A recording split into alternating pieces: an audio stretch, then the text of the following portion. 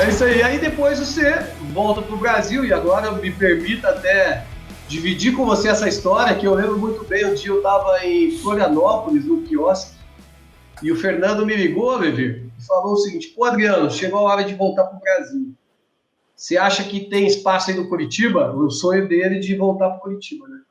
E aí eu falei: Fernando, vai ser difícil, porque nós tínhamos o Edson Bastos e o Vanderlei muito bem disputando posição, né?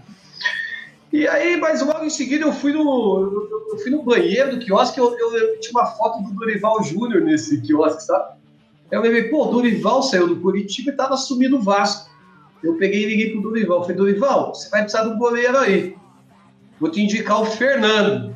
E aí, assim, depois pus eles em contato, mas o Rodrigo Caetano é o diretor de futebol do Vasco, e deu certo, né, de o Fernando vir pro Vasco, e, pô, e aí sim também um clube que representa muito para você, né, Fernando? Eu falo, o Adriano foi meu primeiro empresário, né? Eu nunca tive empresário, fui ter empresário agora com 37 para 38 anos, né? E o Adriano foi meu primeiro empresário. Ele ligou pro Dorival e as coisas pareciam que tinham que acontecer, né? Tu vê, o Adriano entra no banheiro do quiosque, tem a foto do Dorival, ele lembra do Dorival, o Dorival tá precisando de goleiro, o auxiliar do Dorival era o goleiro do Ramírez no Santo André, que jogou contra mim, que era o Ivan.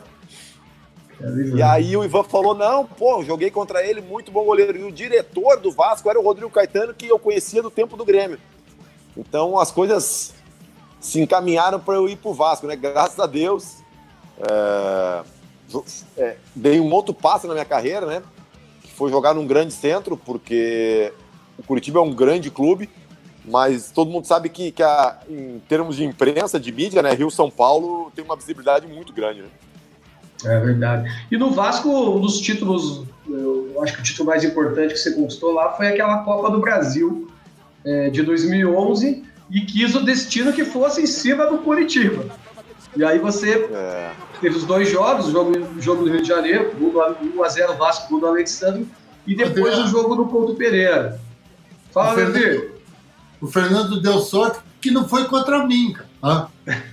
Copa do Brasil não, Copa do Brasil não. O Levi também é rei de Copa do Brasil, pô. Aqui nós estamos com 4 Copas do Brasil, 2 do Fernando e 2 do Levi. Aí, ó. Rei de Copa. Que as duas não, mas a maneira como foi, meu Deus. Da maneira como foi, jamais. Ô, Fernando, e esse jogo contra o Curitiba? Foi uma semana ali cercada de muito ambiente, muita emoção, porque além dos 2 jogos de Copa do Brasil, teve um jogo de Brasileirão no meio. E eu lembro de você ter de jogar. É verdade. Conta um pouco pra gente como é que foi isso aí.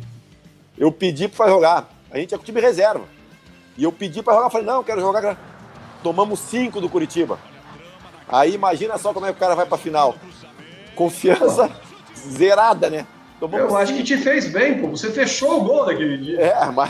Mas pô, tomar 5 e depois tu ir pra uma decisão, mas foi uma semana interessante, né? Porque calhou de jogar, da gente enfrentar o Curitiba no meio das finais, né? E aí já começou um ambiente. O Curitiba já começou a preparar o ambiente nesse jogo, né? O estádio estava cheio também. Parecia uma final, cara. Parecia uma final esse jogo do Campeonato Brasileiro, né? E aí o jogo da final mesmo foi sensacional, né? A gente começou ganhando. A gente estava com vantagem de 1-0. Saímos ganhando de 1-0. Quer dizer, o Curitiba tinha que virar para 3, né? Tinha que fazer 3-1. Aí o nosso time tomava pouquíssimos gols, cara. A gente tinha uma defesa muito boa, né? Anderson Martins e Dedé. Aí, os 40 do primeiro tempo, já 1-0 para nós ainda. Eu falei: pô, vai virar 1-0. Tomar 3 gols no segundo tempo, nunca. Aí, cara, em 5 minutos o Curitiba fez 2 gols, cara. Virou para 2-1. Aí fomos pro vestiário naquela tensão. Puta, 2-1, vamos cuidar. Eles vão vir que nem bicho no segundo tempo. Mais um gol, eles são campeões. Voltamos pro segundo tempo. 5 minutos de jogo, Éder Luiz. 2-2. Aí acabou, falar: agora não vamos tomar 4 nunca, né? Aí o William, acho que o William Correa, né? William. Não, o William Farias. O William Farias. Nunca tinha feito um gol, acertou um chute de fora da área, cara.